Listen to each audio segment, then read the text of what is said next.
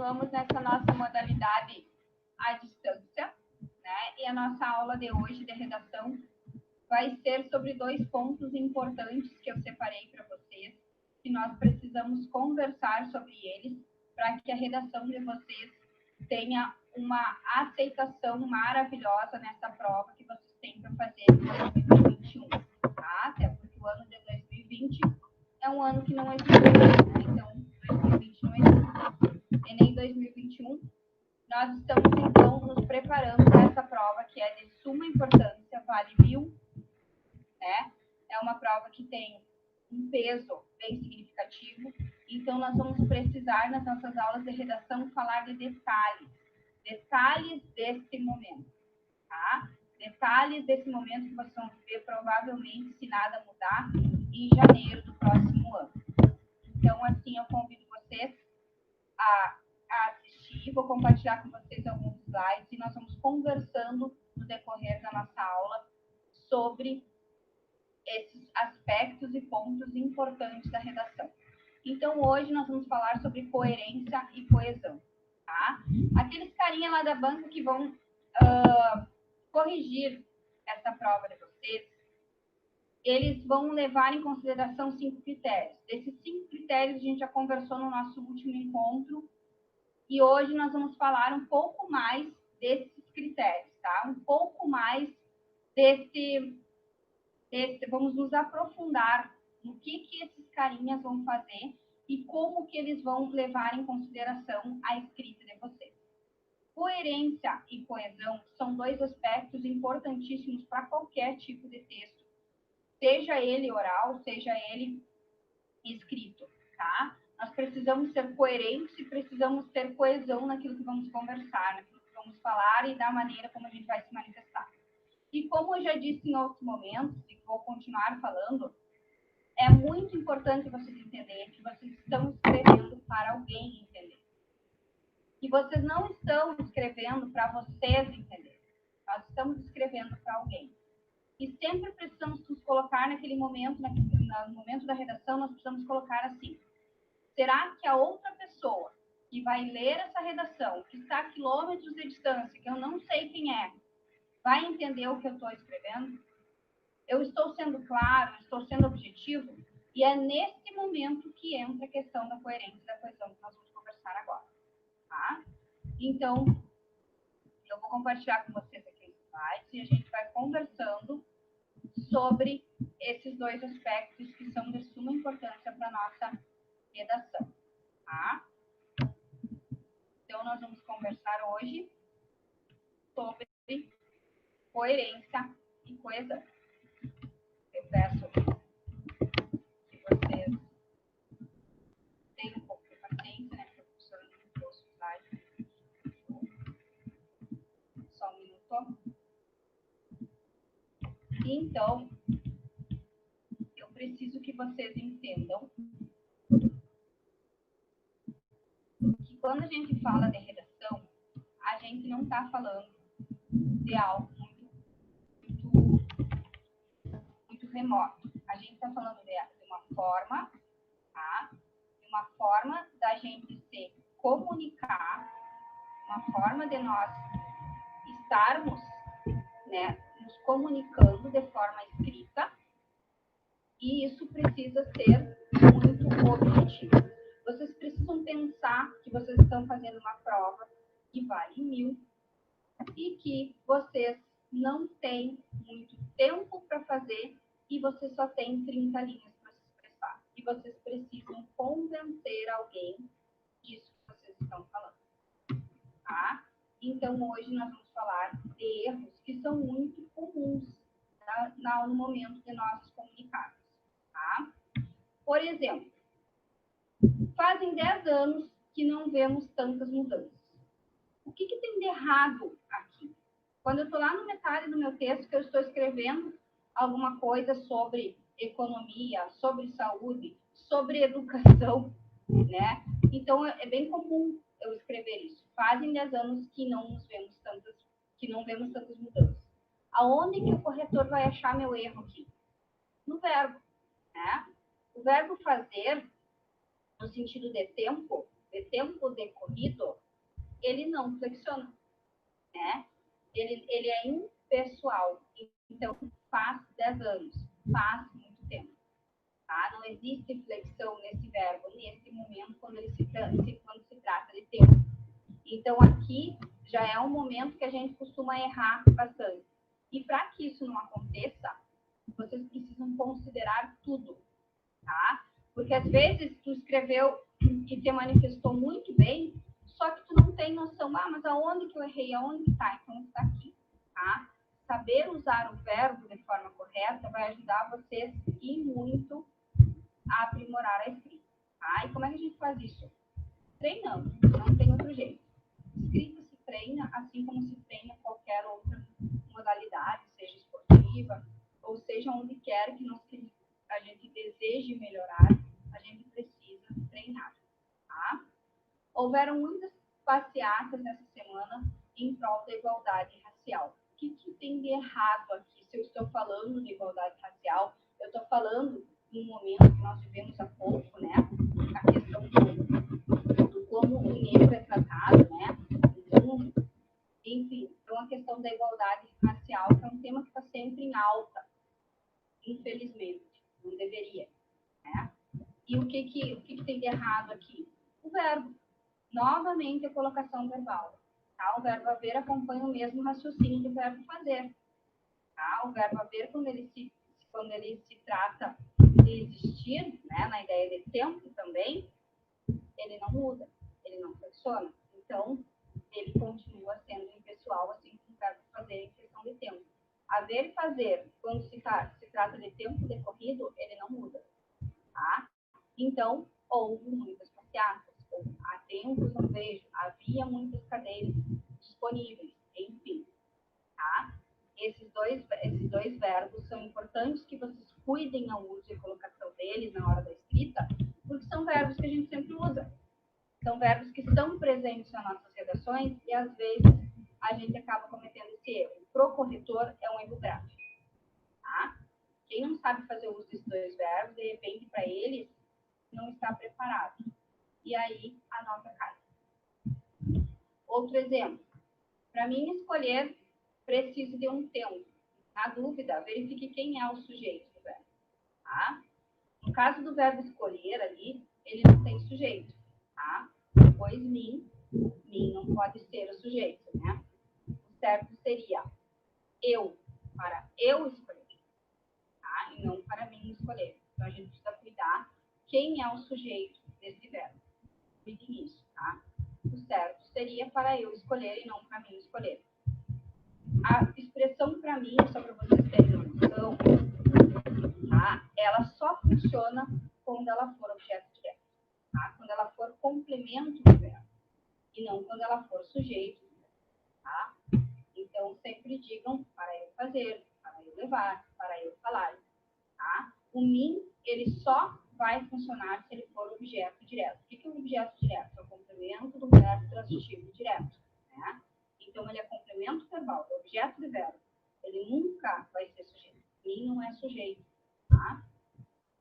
Isso é importante também que você saiba se expressar. Na redação não vou usar a primeira pessoa. Não vai usar a primeira pessoa na redação. Então, essa colocação, ela é para a vida de vocês, tá? É para as expressões que vocês vão usar daqui para frente. Quando eu vou me colocar para uma vaga de emprego, quando eu for me manifestar diante dos professores, enfim, tá? Claro que o mim vocês não vão usar, porque a gente não vai usar a primeira pessoa, nem primeira pessoa no singular, e nem primeira pessoa no plural, que é nossa, né? Que é um erro que a gente comete bastante, vamos falar daqui a pouquinho sobre isso.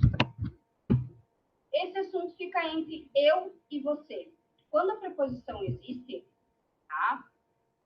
Nesse caso, entre, né? Usa-se o pronome oblíquo. Tá? Nesse caso aqui, a gente tem uma questão de colocação pronominal. Quando a gente estuda próprios, mesóclises e aínclises, a gente acha que isso é bobagem. Tá? Precisamos saber usar o pronome correto antes, depois do verbo, ou até no meio do verbo, que é muito pouco usado, mas que a gente precisa saber que existe. Tá? A colocação do pronome oblíquo, ele existe e ele existe Então, o correto é entre mim e você ou entre mim e ti, tá? Portanto, uso o pronome oblíquo tônico, que é o mim, né, o ti, o si, o ele, que são pronomes tônicos, tá? E após a preposição, cuidem as preposições, pessoal, o uso da preposição é importante. A preposição e a conexão, elas têm uma mesma função, tá? Conjunção, desculpa. A função dela, sintática, é a mesma, tá? Elas servem para quê? Para ligar. O próprio nome já diz, são conectores, tá? Eles juntam palavras ou eles juntam orações. Quando eu estou ligando palavras, eu estou usando uma preposição. Quando eu estou ligando orações, eu uso conjunção, tá? Então, esse momento, por que eu estou falando isso? Porque eu estou falando em juntar. Eu estou falando em juntar, né, palavras, em juntar ideias dentro do mesmo campo léxico para que eu consiga me manifestar de forma clara aos meus corretores. Então, eles dominam a norma culta. Eles dominam as regras da língua portuguesa.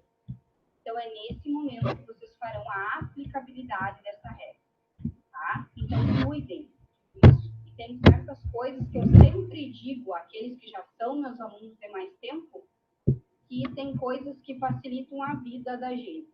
Uma das coisas que facilita a tua vida para sempre é saber a tabuada de cor. A partir do momento que tu sabe a tabuada de cor, facilita a vida até o fim do ensino médio, pelo menos, tá? E saber as preposições vai facilitar a vida de vocês também, tá? Depois eu tenho um macetezinho, até uma musiquinha para cantar para vocês sobre isso. Outro exemplo para a gente conversar. Há muito tempo atrás, comprei uma bicicleta. O verbo a, né? Cuidem e percebam que eu estou sempre falando de verbo, tá? O verbo é que vai determinar tudo na questão da organização da oração, tá? E automaticamente, no momento que organizamos a nossa oração, nós vamos buscar conectores para organizar o nosso período. Trocando isso em miúdos, tá? Vamos juntar as frases e com elas formar o nosso parágrafo. É disso que estamos falando. Só que nesse momento nós vamos estudar os detalhes de tudo isso, tá? Por isso que nós precisamos ficar atentos de que escrever uma redação, redigir uma redação, exige muito conhecimento, tá? Nós não podemos falar qualquer ou escrever de qualquer forma, até porque não vamos entender e não vamos conseguir atingir o nosso interlocutor. Nesse momento, o nosso corretor, tá? Provavelmente um cara muito chato. E porque geralmente essas pessoas que corrigem provas, elas são insuportáveis nessas questões, tá? Levam em consideração tudo isso. E se for uma mulher, piorou. Se tiver na TPM, piorou para vocês aí, tá? Então, não pense que vocês vão escolher um corretor bonzinho. Ele vai ficar atento a esses detalhes. São esses detalhes que vocês vão conseguir ganhar, né, a pontuação necessária para a aprovação. Então, o verbo a, ali no sentido do tempo passado, a necessidade de adicionar atrás, ou você escolhe um outro. Há muito tempo, tempos atrás, há 10 anos, tá? 10 anos atrás, vocês não podem colocar o verbo a sem adicionar o atrás, tá? Outro exemplo ali. Então, pegou ele pela gola, tá? Quando for necessário que um pronome seja objeto direto, pegou algo, né? No caso ele, nesse momento, esse pronome de caso reto está sendo o quê? Está sendo objeto de verbo, tá? Nunca coloque o pronome que seja pessoal. Opte sempre pelo oblíquo. Sempre, sempre, sempre. Tá? Os pronomes pessoais de caso reto, eles substituem geralmente o sujeito. Tá? A gente costuma usar eles para substituir para não ocorrer o pleonasmo. Mas a gente jamais usa pronome reto para ser objeto direto de verbo. Aí vocês devem estar nesse momento pensando assim, putz, por que eu não prestei mais atenção na aula de transitividade verbal? não imaginava que verbo transitivo direto, indireto e verbo intransitivo fosse tão importante. Galera, tudo que vocês aprenderam, desde o momento que foram alfabetizados, vocês vão ocupar para redigir a redação de vocês. Por isso que uma redação bem redigida, ela implica tempo, leitura e conhecimento, tá? Então, no momento que nós estivermos conversando, e não só como professora de redação, mas também como professor de língua portuguesa, eu vou dando umas dicas para vocês, tá? Transitividade verbal é muito importante que vocês estudem, que vocês saibam e que vocês dominem, porque muito vai se falar de objeto direto, de objeto indireto, de complemento verbal. Saber quais são as classes de palavras, como elas são organizadas, também é importante. Tá? Quais são as 10 classes, como são organizadas, como são classificadas, quais são as que flexionam, quais as que não flexionam. Importante isso. Saber a diferença entre um advérbio e um adjetivo. Saber que um substantivo abstrato não é algo que pegar e concreto que eu posso. Não tem nada a ver. Tá? Saber que um objeto indireto complementa um verbo transitivo indireto e que complemento nominal complementa o quê? Complementa o substantivo abstrato. Ambos são regidos por preposição. Tudo isso nós precisamos dominar. Aí vocês vão dizer, prof, nós vamos enlouquecer. Não, calma, o Enem é só em janeiro. Nós temos muito tempo para tirar muitas dúvidas. Tá? Mas tudo que eu estou falando aqui para vocês é o que não pode. São erros comuns e que acontecem e que são muito, muito, muito descontados na nota de vocês. Tá? E aonde você estava? Aonde indica a ideia de movimento, tá? E o onde é lugar. Portanto, onde você está, tá? E aonde é o nós vamos agora. Aonde movimento, onde estático, tá? Então, eu preciso que vocês também considerem isso, certo?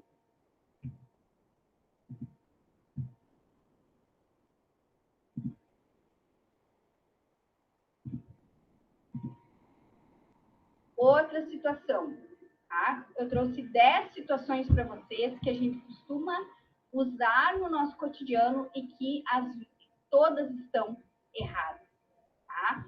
E tudo que a gente costuma usar no cotidiano, provavelmente nós vamos replicar na escrita. E é isso que a prof não quer, tá? Eu sou séria hoje, né?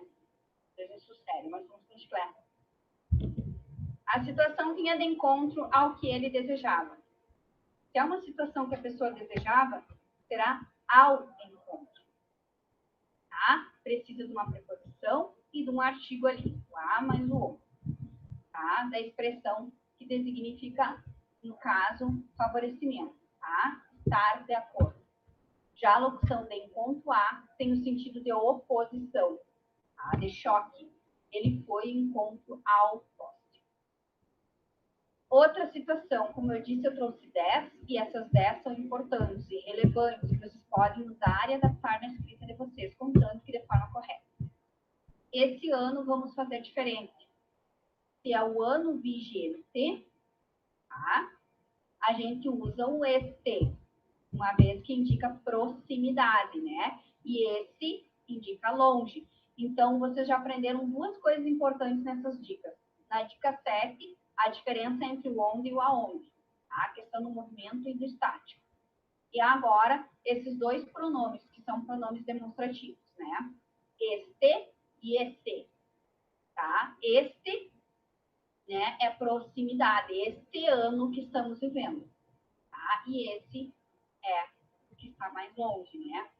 Essa sala de aula, essa semana está sendo ótima, esse dia vai ser abençoado, esse ano está sendo melhor. Essa noite veremos as estrelas. Então, é tudo próximo, tá?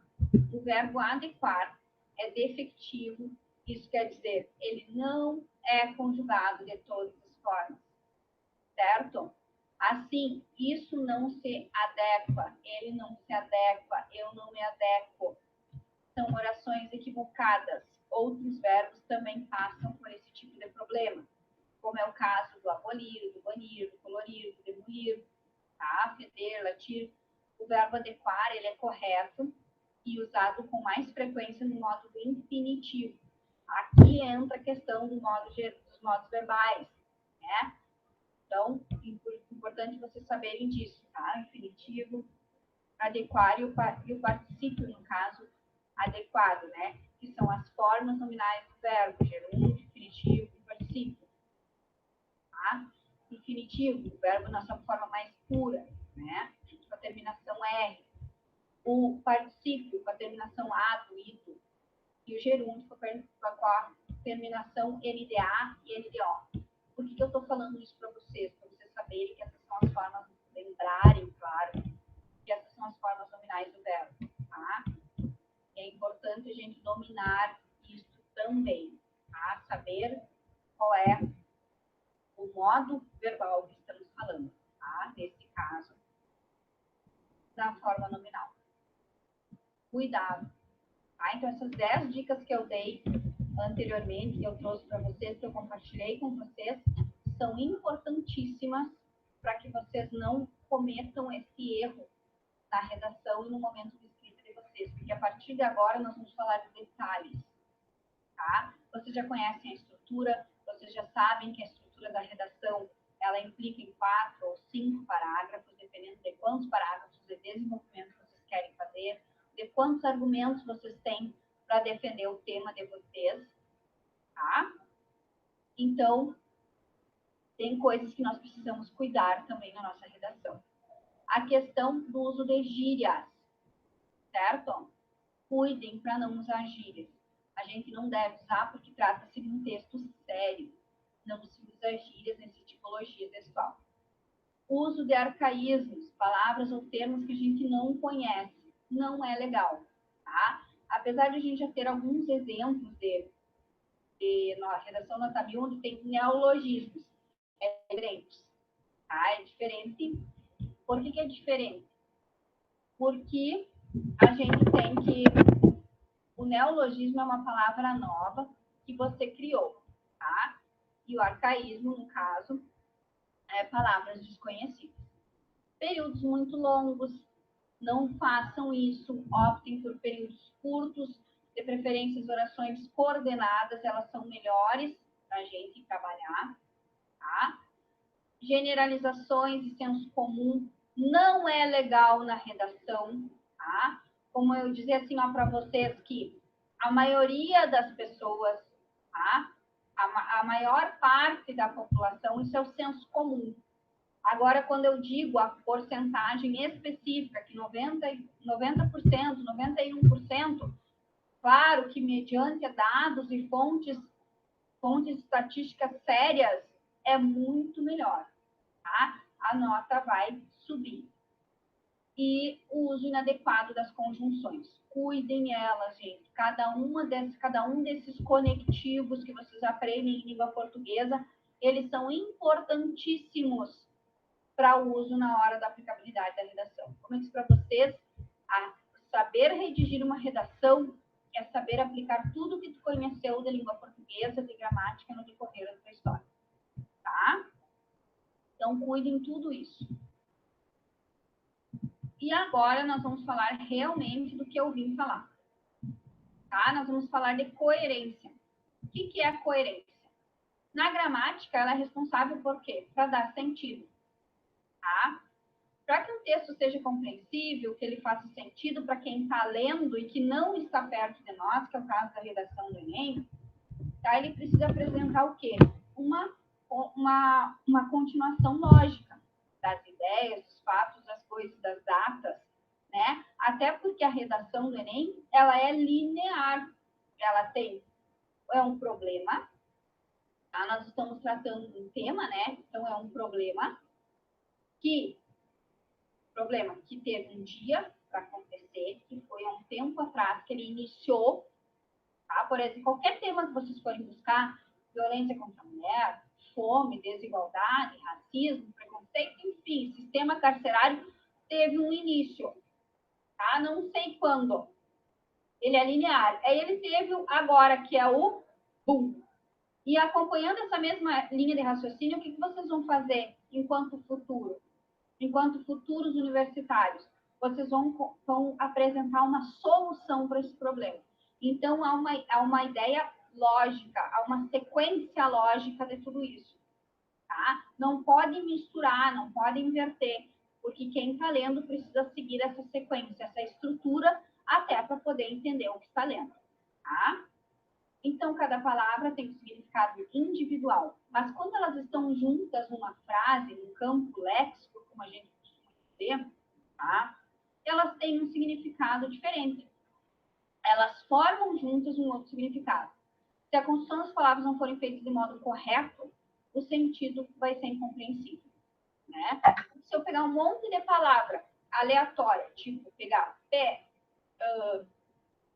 campo, tá? Bola, são palavras assim, ó, que se vocês forem analisar, elas não têm, uma quer dizer com parte do corpo, a outra quer dizer com brinquedo ou com instrumento esportivo, né? A outra, e quando a gente junta elas de uma forma coerente, a gente consegue formar um campo léxico e colocar elas, uni-las e transmitir alguma coisa, transmitir um sentido. E é isso que eu quero que vocês entendam na nossa aula de hoje, tá? A questão de entender que para sermos compreensíveis precisamos ser objetivos e precisamos conhecer alguns detalhes importantes, tá?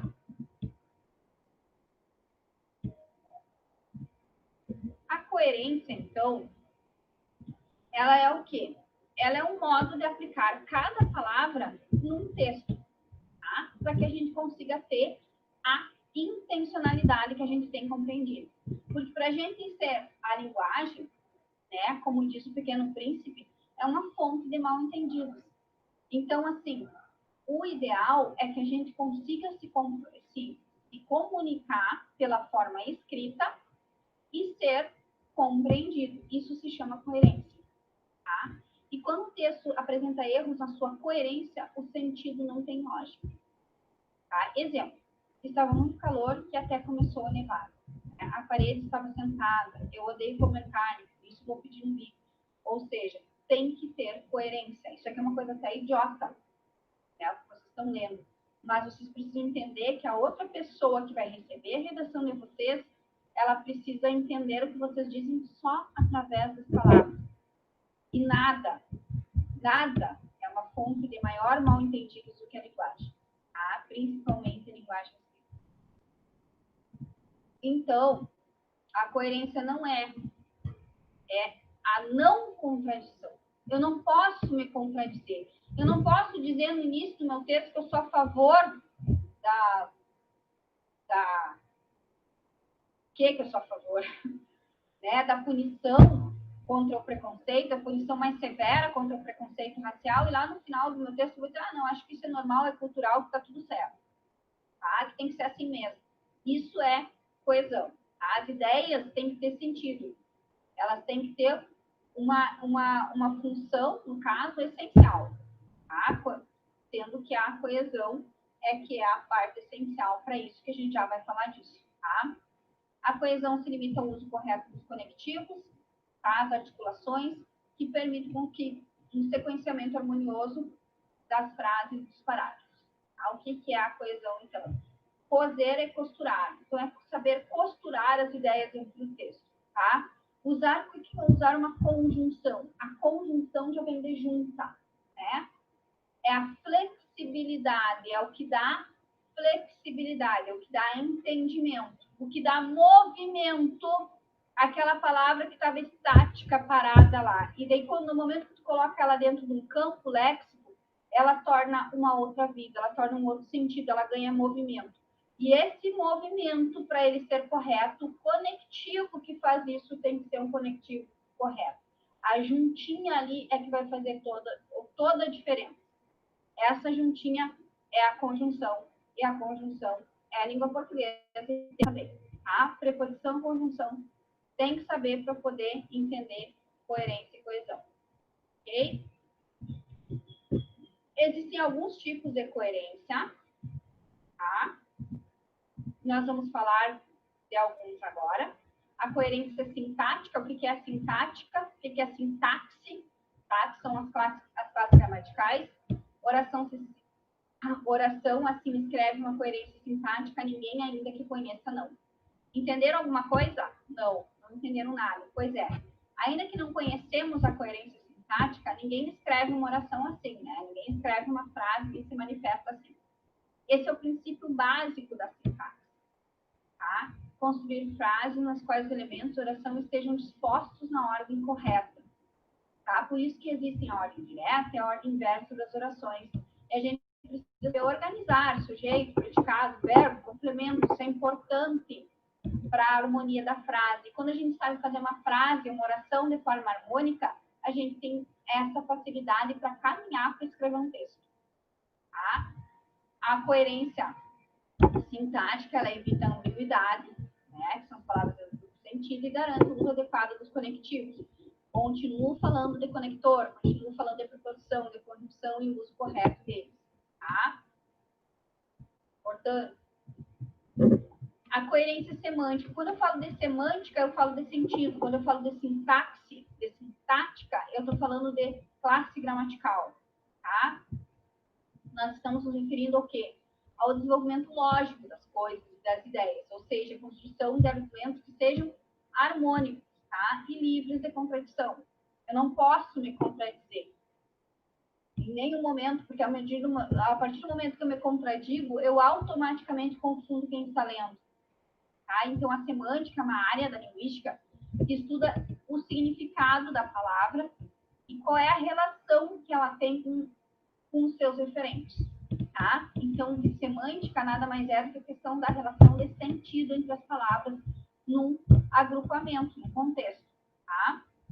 A coerência temática, quando você recebe um determinado tema para discorrer, que é o caso de vocês, né? É a coerência temática. Você não pode o quê? Fugir do tema, né? Tem que ter o quê? Tem que ter enunciados, ou seja, o que é um enunciado, né? São frases, são parágrafos, são colocações que têm o quê? Sentido e acordo com a proposta do tema, que é o que a gente vem fazer aqui agora, tá? E esse princípio da coerência temática, ele privilegia apenas as ideias que sejam relevantes ao bom desenvolvimento do tema. Então, vocês têm, a partir do momento que eu determino um tema para que vocês possam redigir sobre ele, muito do que vocês, muitas palavras, muitas colocações, muitos conhecimentos, vocês vão abolir, que vocês já trazem, né? Mas vocês vão eliminar. Por que nós vamos eliminar? Porque eles não fazem sentido naquele momento. Tá? Isso é coerência temática. É o não fugir do tema, não tangenciar o tema.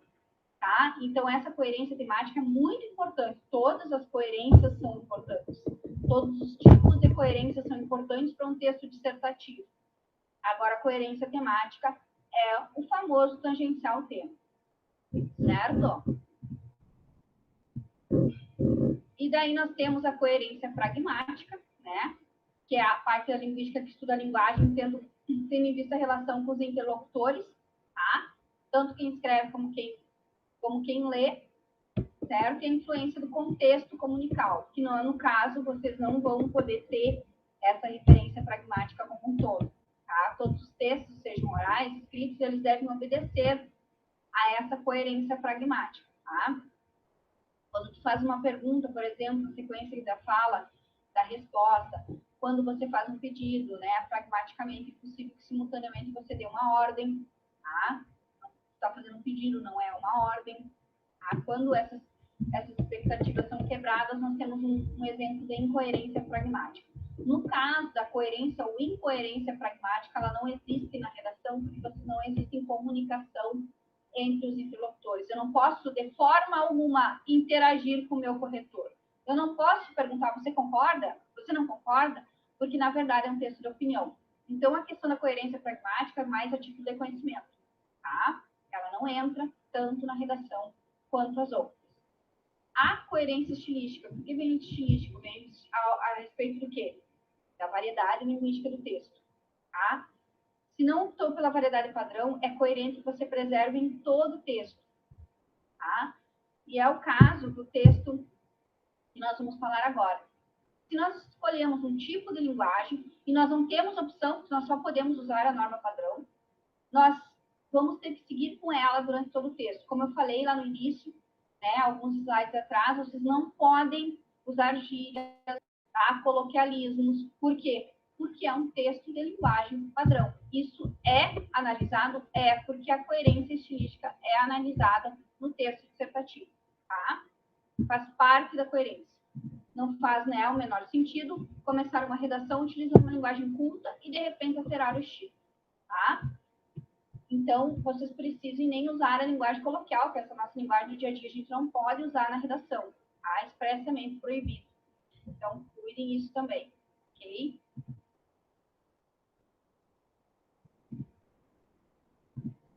Nós temos a coerência genérica também, que está relacionada à escolha adequada do gênero, né, textual. Nós não podemos misturar gêneros, tá? Existe um gênero disponível para cada ato de fala ou de escrita. Tá? Por exemplo, se a intenção de quem escreve é anunciar um produto, né, para venda, provavelmente vai optar por um tipo de linguagem, né? Se a intenção é contar uma história, nós vamos optar por outro tipo de linguagem, tá? Enfim, então nós precisamos analisar a questão da coerência genérica, porque nem sempre aquele tipo de texto, que é o tipo de texto que nós estamos estudando, permite certos tipos de linguagem. Não que essa linguagem esteja errada, ela não é permitida para aquela coerência, não faz coerência aquele gênero textual que nós estamos estudando. No nosso caso, é a redação, tá? O texto dissertativo. Para que o texto seja considerado coerente, então, ele tem que apresentar uma relação lógica e harmônica entre as suas ideias. Isso é coerência, tá? É a harmonia e a lógica entre o que eu estou falando. Não basta que ele tenha coesão. É fundamental que as suas partes estejam bem conectadas num plano de sentido, semântico, tá? Evitando, assim, os deslocamentos de informações. Lapsos ou qualquer coisa, excesso de ideia, de argumento, enfim. Tá? Nós precisamos cuidar de tudo isso. É importante ressaltar que a coerência e a coesão são dois elementos que devem caminhar juntinhos, lado a lado, tá? Pois enquanto um ocupa da significação, né, que é a coerência, o outro auxilia na estruturação das ideias, que é a coesão. E é a união desses dois que fazem um bom texto.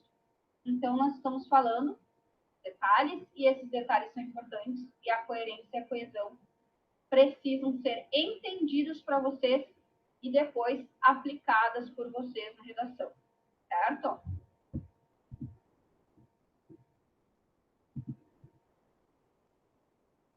Então, agora, falando de coesão, tá? Vamos mudar a nossa fala para o sentido da coesão, mas nós precisamos entender que coesão e coerência andam juntos. Vocês já entenderam que a coerência é a questão não quer dizer, né? É a questão da harmonia que eu estou falando. E a coesão são os conectivos, é a ligação entre as duas partes, utilizada na gramática como forma de obter um texto compreensível, tá? É a flexibilização. Nos estudos linguísticos, a coesão consiste no uso correto das articulações. Acabei de falar, das juntas, né? Das nossas articulações. Elas são importantes, né, para o movimento.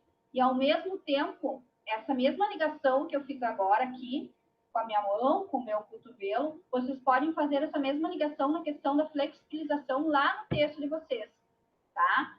Esse monte de palavras, esse amontoado de palavras precisa ter conexões, e essas conexões precisam ser perfeitas para que o movimento delas seja perfeito e para quem está recebendo e lendo essa redação receba e leia de forma correta, que vocês consigam atingir essa pessoa, tá?